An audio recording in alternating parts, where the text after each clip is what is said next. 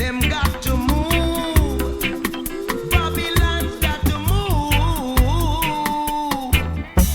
Wenja, Rastafari get ready. Many got to move. Oh, Wenja get To Bunny Wailer, Rastafari is sacred, not a fashion or a trend. Rastas face fire, persecution, and scorn just to stand firm in their faith. So when he saw artists using Rasta for fame, he spoke out, no matter how big they were. He even rejected Snoop Dogg when he came to Jamaica calling himself Snoop Lion. And he didn't hold back when he called Capleton a fake Rasta. Why did Bunny Wailer take such a strong stand? Today, we dive into that fire. This has been your host, Ras Levy. Neville O'Reilly Livingston, known to the world as Bunny Wailer, our Jabi is not just remembered as a reggae legend. He's also respected as a gatekeeper of the Rastafarian faith. Reserved in speech but unwavering in conviction, Bunny wasn't the type to entertain nonsense. While Peter Tosh is often hailed as the loudest voice of the Wailers, it was Bunny who brought the fire of discipline and an aura of untouchable seriousness. The youngest and smallest of the original trio, yet somehow the most feared and respected, Bunny walked the rough streets of Kingston in the 60s and 70s like a lion among men. Even industry giants like Chris Blackwell and Lee Scratch Perry knew when dealing with Jabi, you had to come correct.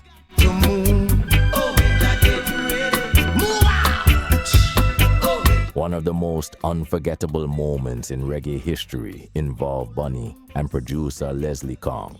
In 1970, Kong released an album the Wailers had recorded and titled it The Best of the Wailers, without their blessing. Bunny was outraged. To him, the title wasn't just misleading, it was a trap, a final stamp as if their journey was already over. He famously warned, if Leslie Kong really believes that's the best of the Wailers, then he will die before that album comes out. Whether it was prophecy or coincidence, the curse came to pass. Kong died suddenly of a heart attack in 1971 at just 37 years old. The album was released, but Kong never lived to see it. we don't know how we and them are gonna work this out.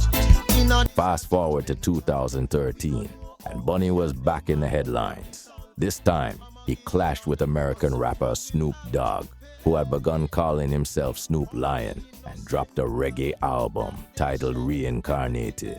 Bunny dismissed the whole thing as a gimmick, publicly calling Snoop a fake Rasta. To Bunny, Rastafari wasn't something you could just adopt for style. It was a sacred path. If he felt someone wasn't authentic, he had no time for them. But the real shock came when Bunny questioned the Rasta faith of Capleton, one of the fiercest, most spiritually charged artists of his generation. That was a heavy blow because Capleton, known for his fire and militancy, had become a true voice of Rastafari in modern reggae. By the early 2000s, Capleton was leading what many call the Rastafari Renaissance, a movement of artists reviving conscious reggae with power and purpose. Buju Banton, Jah Messenger Luciano, Sizzla, and Anthony B were all key players. But Capleton, the king of fire, burned brightest, clearing out negativity and slackness from the scene with his blazing lyrics. Since the mid-90s, Capleton had aligned with the House of David crew and embraced the Bobo Ashanti order, one of the strictest and most spiritually intense mansions of Rastafari. His 1994 album, Good Soul, was packed with spiritual fire, setting the tone for the rest of his career. So when Bunny Wailer labeled him as a fake Rasta, it struck hard. But Bunny's doubts were rooted in Capleton's earlier career. Back in the late 80s and early 90s, before the dreadlocks and spiritual fire, Capleton was part of the raw dancehall scene. He rolled with Ninja Man and had big hits that were considered slack and controversial. Tracks like Bumbo Red, No Lotion Man, and #1 on the Good Look charts.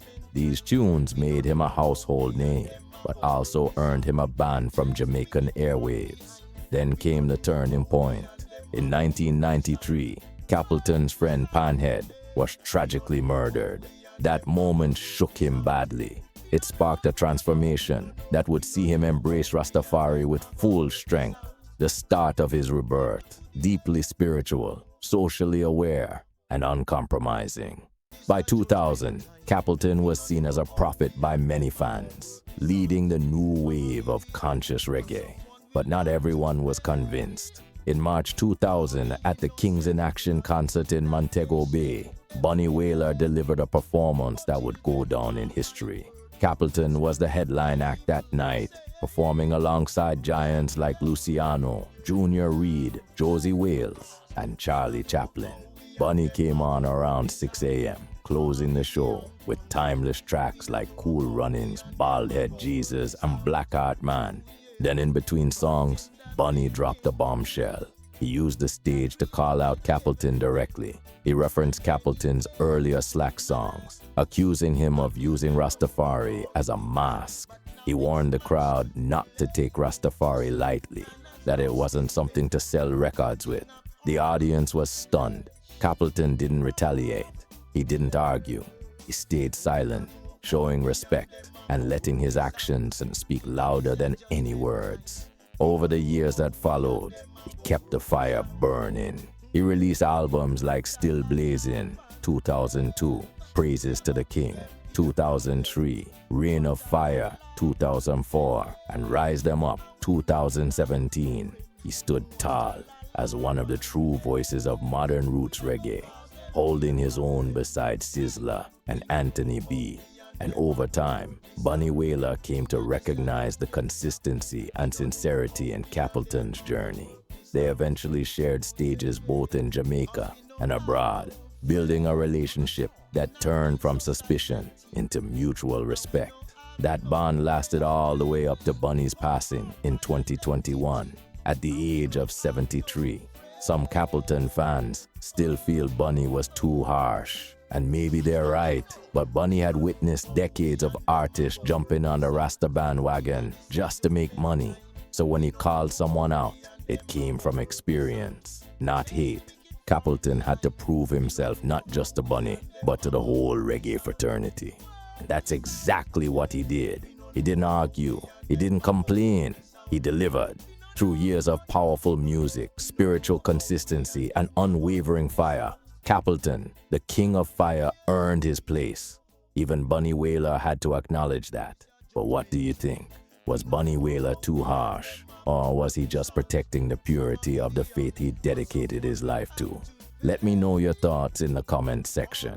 Before I sign off, I leave you all with this exclusive song from the Wailers. This one was recorded by Wailer, Constantine Vision Walker, Peter Tosh, and Junior Braithwaite, and they call it Together Again. This is Ras Levy.